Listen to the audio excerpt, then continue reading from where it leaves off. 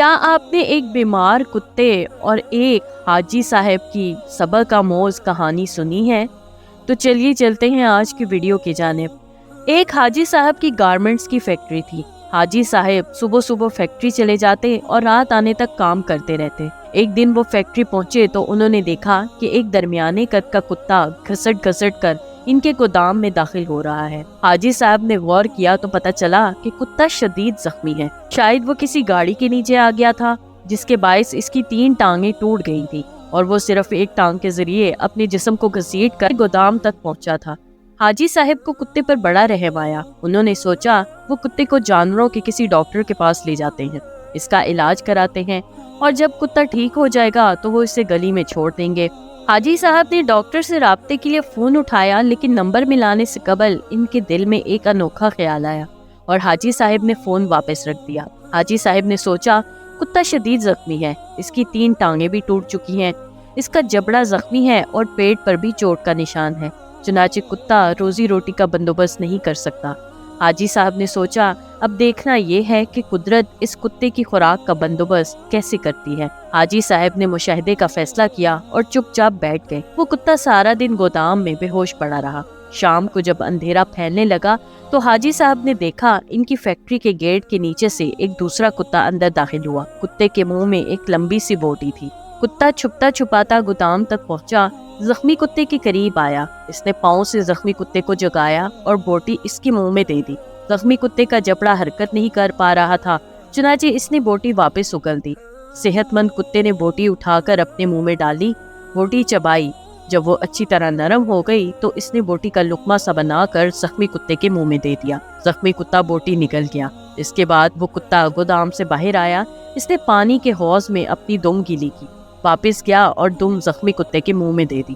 زخمی کتے نے صحت مند کتے کی دم چوس لی۔ صحت مند کتا ایسا کرنے کے بعد اطمینان سے واپس چلا گیا۔ حاجی صاحب مسکرا پڑے۔ اس کے بعد یہ کھیل روزانہ ہونے لگا۔ روز کتا آتا اور زخمی کتے کو بوٹی کھلاتا، پانی پلاتا اور چلا جاتا۔ حاجی صاحب کئی دنوں تک یہ کھیل دیکھتے رہے۔ ایک دن حاجی صاحب نے اپنے آپ سے پوچھا، وہ قدرت جو اس زخمی کتے کو رزق فراہم کر رہی ہے، کیا وہ مجھے 2 وقت کی روٹی نہیں دے گی؟ سوال بہت دلچسپ تھا۔ حاجی صاحب رات تک اس سوال کا جواب تلاش کرتے رہے، یہاں تک کہ وہ توکل کی حقیقت بھانپ گئے۔ انہوں نے فیکٹری اپنے بھائی کے حوالے کی اور تارک الدنیا ہو گئے۔ وہ مہینے میں 30 دن روزے رکھتے اور صبح صادق سے اگلی صبح کا کاذب تک رکوع اور سجود کر وہ برسوں اللہ کے دربار میں کھڑے رہے۔ اس عرصے میں اللہ انہیں رزق بھی دیتا رہا اور ان کی دعاؤں کو قبولیت دی، یہاں تک کہ وہ صوفی بابا کے نام سے مشہور ہو گئے اور لوگ ان کے پاؤں کی خاک کا تعویذ بنا کر گلے میں ڈالنے لگے۔ لیکن پھر ایک دوسرا واقعہ پیش آیا اور صوفی بابا دوبارہ حاجی صاحب ہو گئے۔ یہ سردیوں کی ایک نیم گرم دوپہر تھی۔ صوفی بابا کی بیٹھک میں درجنوں عقیدت مند بیٹھے تھے۔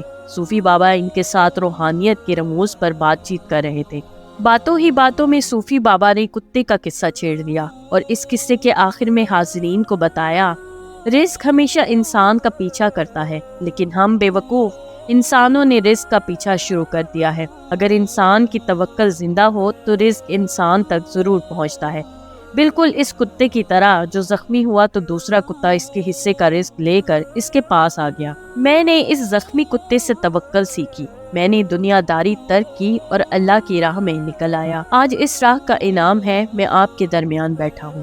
ان 30 برسوں میں کوئی ایسا دن نہیں گزرا جب اللہ تعالیٰ نے کسی نہ کسی وسیلے سے مجھے رزق نہ دیا ہو یا میں کسی رات بھوکا سویا ہوں۔ میں ہمیشہ اس زخمی کتے کا شکریہ ادا کرتا رہتا ہوں جس نے مجھے توکل کا سبق سکھایا تھا۔ صوفی بابا کی محفل میں ایک نوجوان پروفیسر بھی بیٹھا تھا۔ پروفیسر نے جینز پہن رکھی تھی اور اس کے کان میں MP3 کا ایئر فون لگا ہوا تھا۔